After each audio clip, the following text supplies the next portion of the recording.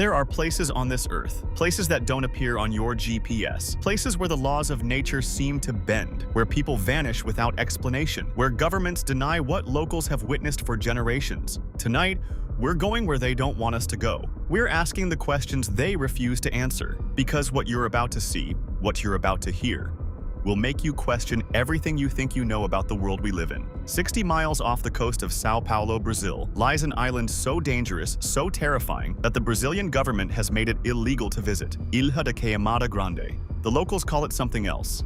Snake Island. At first glance, it looks like paradise. But what you don't see, what the government doesn't want you to know, is that every square meter of this island is a death trap. Scientists estimate there are between 2,000 and 4,000 golden lancehead pit vipers on this island. That's 1 to 5 snakes per square meter. Their venom is so potent it can kill a human being in under an hour. It melts flesh from the inside out. In 1920, the last lighthouse keeper stationed here tried to escape when a swarm of snakes invaded his home. The Brazilian Navy shut down the lighthouse permanently. They claimed it was for maintenance.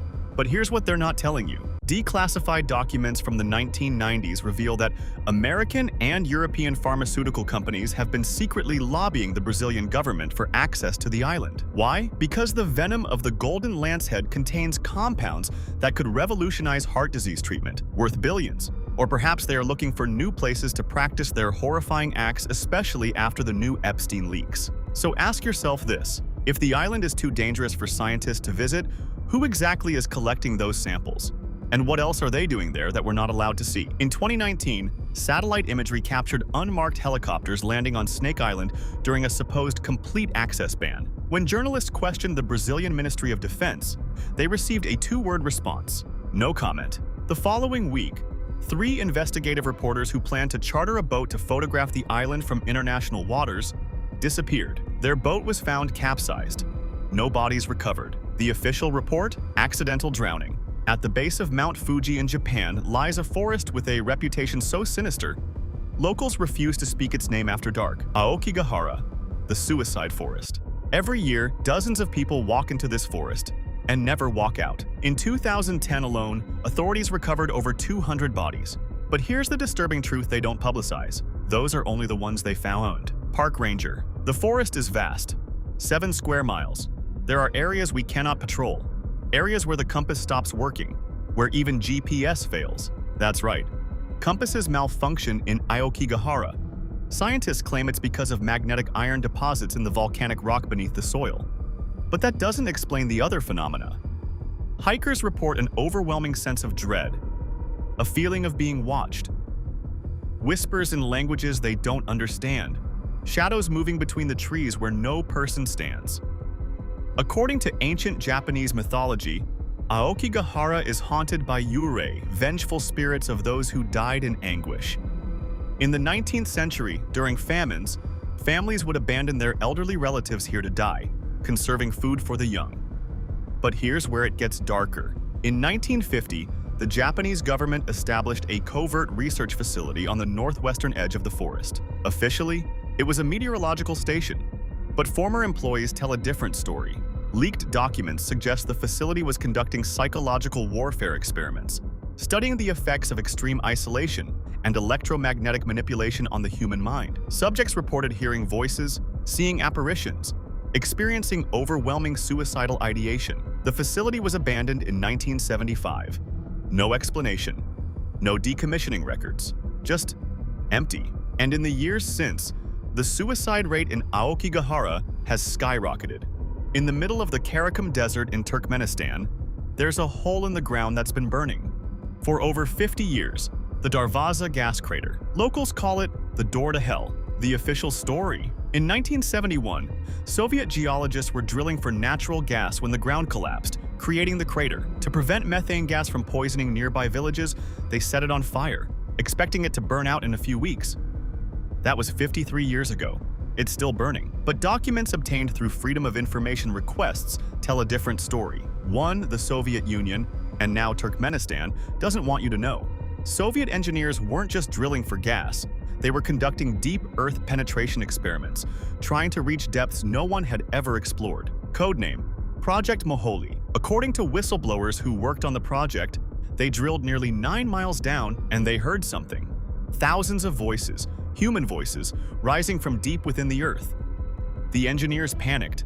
They sealed the site, and then the collapse happened. Coincidence? Equipment malfunction? Or something far more disturbing? Here's what makes this even more sinister. In 1984, Soviet military personnel established a perimeter around the crater. Guards, checkpoints, surveillance equipment. Why? For a natural gas fire? Satellite data reveals temperature fluctuations that don't match natural gas combustion. Some areas burn at temperatures exceeding 3,000 degrees Fahrenheit, hot enough to vaporize steel. In 2022, the Turkmenistan government announced plans to extinguish the crater, citing environmental concerns. But as of today, it's still burning, almost as if something down there that doesn't want to be extinguished. In the Mapi-Mi Desert in northern Mexico lies a patch of land where nothing works. Radio signals die.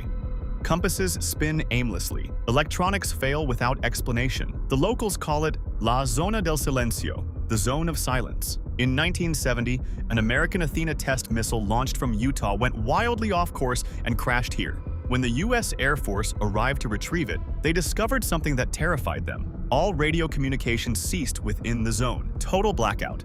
The U.S. military removed tons of contaminated soil, built a research facility, and then abandoned it. Just like that. No explanation, no follow-up. But here's what declassified CIA documents reveal. The zone of silence sits on the exact same latitude as the Bermuda Triangle and the pyramids of Giza, 27 degrees north. A coincidence? Or part of something much larger? Local ranchers report strange phenomena. Balls of light hovering above the ground, tall, blonde humanoid figures appearing out of nowhere, asking for water in perfect Spanish, then vanishing. Mutilated livestock with surgical precision.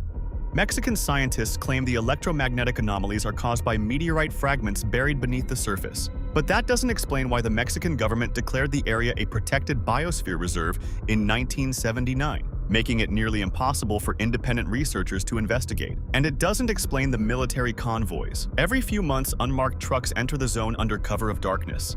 No insignias, no identification. Local authorities are ordered to look the other way. Where are they going? What are they transporting? And why, in 2015, did the Mexican government suddenly classify all research data from the zone as a matter of national security? These places exist. The governments that control them are real. The stories, the disappearances, the deaths, the cover-ups, they're documented. But the truth? The whole truth? That's what they're hiding. So ask yourself, what else is out there they're not telling us about? Subscribe to Beyond the Forgotten for more untold stories of business empires. Because the greatest conspiracy of all is making you believe there's nothing left to discover.